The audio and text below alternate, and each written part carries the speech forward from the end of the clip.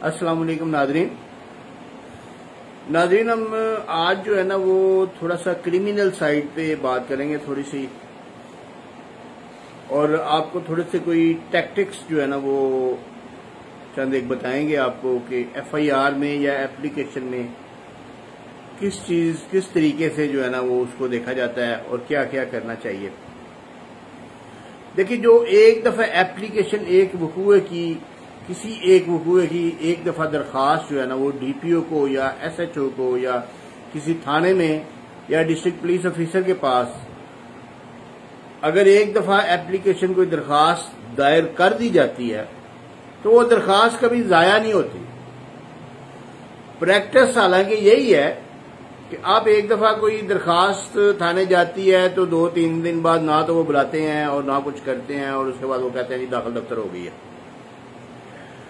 कोई छोटा मोटा वकूआ कोई है, ऐसा कोई लेने देने का मसला है, कोई पैसों के लेन देन का मसला है, या कोई ऐसा कोई इस किस्म के वाकयात हैं, तो वो कहते हैं जी ये दरखास्त जो है ना ये आपकी दाखिल दफ्तर हो गई है। उसके बाद ये होता है कि पार्टी जो है ना, जो बंदा जो एग्रीव्ड पर्सन होता है, जो जिसने एप्लीकेशन मूव की होती है, कुछ अर्से बाद वो दोबारा उसी वकूआ की एप्लीकेशन मूव कर देता है किसी से मशवरा करके। वो यानी कि आप उस एंड पे भी हो सकते हैं और दूसरे एंड पे भी हो सकते हैं। आप अगर तो आप एप्लीकेशन देने वाले हैं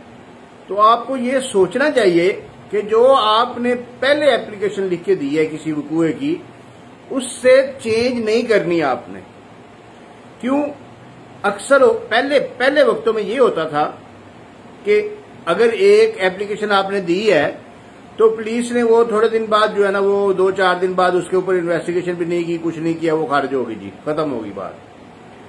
उसके बाद कोई 10 दिन 15 दिन गुजरे, 20 दिन गुजरे तो फिर दोबारा एप्लीकेशन दे दी, कोई तल्लक ढूंढे, कोई सिफारिश ढूंढी, या कोई तफ्तीशी को कोई पैसे लगाए, तो उसके बाद कोई एप्लीकेशन उसने कहा कि नई एप्लीकेशन लिख के दो, मैं ये करता हूं वो करता हूं तो मैं तुम्हारा काम करता हूं, तो फिर हमने नई एप्लीकेशन लिख के दे दी। ये डिजास्टर है, ये बहुत खतरनाक काम है। क्यों? क्योंकि इस वक्त जो पुलिस के पास सिस्टम है उसमें जिस वक्त एक एप्लीकेशन चली जाती है वो इन रिकॉर्ड हो जाती है, और वो आप किसी भी वक्त वहां से आप डाउनलोड कर सकते हैं उनके सिस्टम से।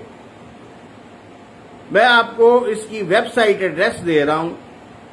ये आप नोट करें, जो कि बहुत कम लोगों को पता है।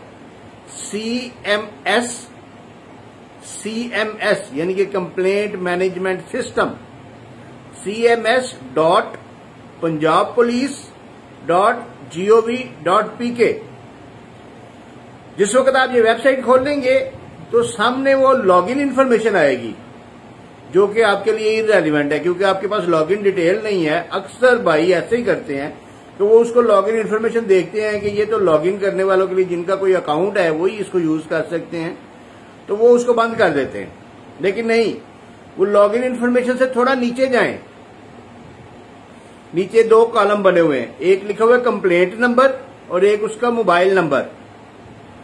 जिस वक्त आप उसमें कंप्लेंट नंबर, जो आज से 20 दिन पहले 25 दिन पहले वो फाइल हुई, आपको रसीद मिली और रसीद के कोने के ऊपर जो है ना वो कंप्लेंट नंबर लिखा हुआ है, वो आपने वो कंप्लेंट नंबर लिखा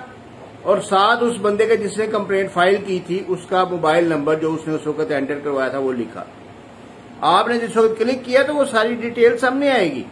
और उसके बाद उसके साथ अटैचमेंट के तौर पे जो आपने पहली एप्लीकेशन मूव की हुई है वो वहां पे लगी होगी। उसको आप डाउनलोड करके आप उसका प्रिंट भी ले सकते हैं। अगर आपके पास गुम हो गई है तो आपको मिल सकती है, और अगर आप डिफेंडेंट साइड पे हैं तो आप वो निकलवा सकते हैं, और अगर उसके अगेंस्ट उसके अलावा कोई दूसरी एप्लीकेशन आ गई है उसी वकूए की बाबत, तो आपके तो फिर वो मुझे लग जाएंगी, क्योंकि आप तो हर फोरम पे ये कहेंगे कि इस बंदे ने पहले ये एप्लीकेशन मूव की, बाद में इसने वकूआ चेंज करके ये एप्लीकेशन मूव की, वकूआ एक ही था, तो उसका कुछ भी नहीं बनेगा, फिर तो एफआईआर भी नहीं होगी, फिर तो पिटीशन में भी वो फारिग हो जाएगा। तो इसलिए ये चीज आप अपने ज़हन में वाज़िह तौर पे कर लें। अगर आप एफआईआर करवाने वाले हैं तो फिर आपने एक एप्लीकेशन मूव करनी है और उसी पे ही स्टैंड करना है। तो इसलिए जो पहली एप्लीकेशन लिखें वो किसी अच्छे वकील से, फौजदारी वकील से लिखवा लें। हम तो खुद स्टूडेंट हैं, तो हम तो खुद समझते हैं, अभी पूछते हैं फौजदारी वकीलों से भी, सिविल वकीलों से भी, दीवानी वकीलों से भी।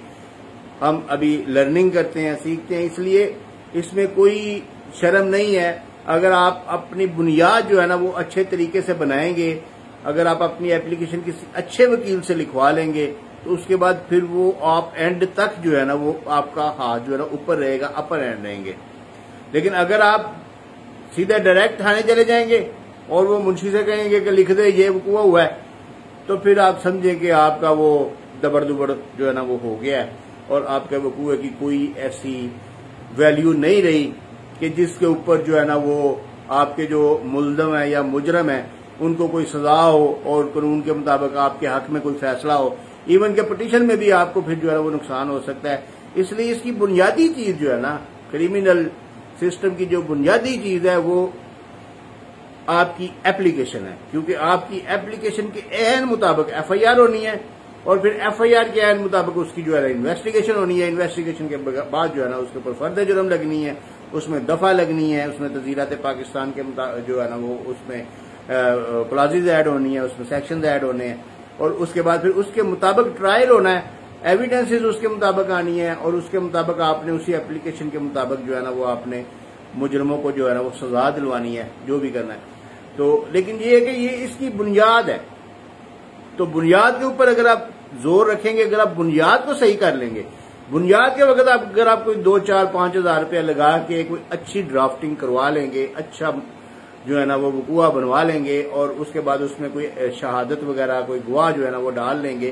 तो उसके बाद फिर आपको कहीं पे लेट डाउन नहीं होना पड़ेगा और आप जो है ना वो ऊपर रहेंगे। लेकिन अगर आप पहले एक एप्लीकेशन जो है ना वो मुंशी मोहर से लिखवा के, वकूआ छोटा सा लिखवा के 4-5 लाइनों का तो सबमिट करवा देते हैं, तो वो चंद दिन बाद, लेकिन 2-4 दिन बाद उसका कुछ नहीं बनता, तो फिर चंद दिन बाद आप किसी वकील साहब से मशवरा करते हैं, तो वो आपको अगर मशवरा दें कि नई एप्लीकेशन लिख के डालें, तो वो आप ऐसे ना कीजिएगा। वो आप पुरानी एप्लीकेशन जो अब गलत सही हो गई है उसके ऊपर स्टैंड लें और उसी के ऊपर जो है ना उस केस को आगे बढ़ाएं। तो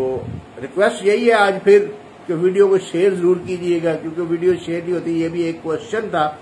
उसके जवाब में मैंने ये वीडियो बनाई है। क्वेश्चन भी यही था कि हमने जो है ना वो 3 महीने पहले एक चेक की बाबत एप्लीकेशन दी थी जो हमने वापस ले ली थी, तो उसके बाद अब 3 महीने बाद हमने जब एप्लीकेशन दी है तो हमारा पर्चा नहीं हो रहा, क्योंकि वो पिछली एप्लीकेशन पता नहीं वो कहाँ से निकाल रहे हैं। तो इसलिए जो है ना ये मैंने आप लोगों को ये बताया है कि ये क्रिमिनल सिस्टम में ये इम्प्रूवमेंट हुई है कि वो एप्लीकेशन जो है ना वो ऑनलाइन आपको मिल जाती है, वेबसाइट मैंने आपको बता दी है। तो इसलिए इसमें थोड़ा सा जो है ना, थोड़ा सा नहीं बहुत ज्यादा, स्टार्ट में बहुत ज्यादा एहतियात करनी है और सोचना है और सोचने के बाद कोई एप्लीकेशन मूव करनी है। शुक्रिया।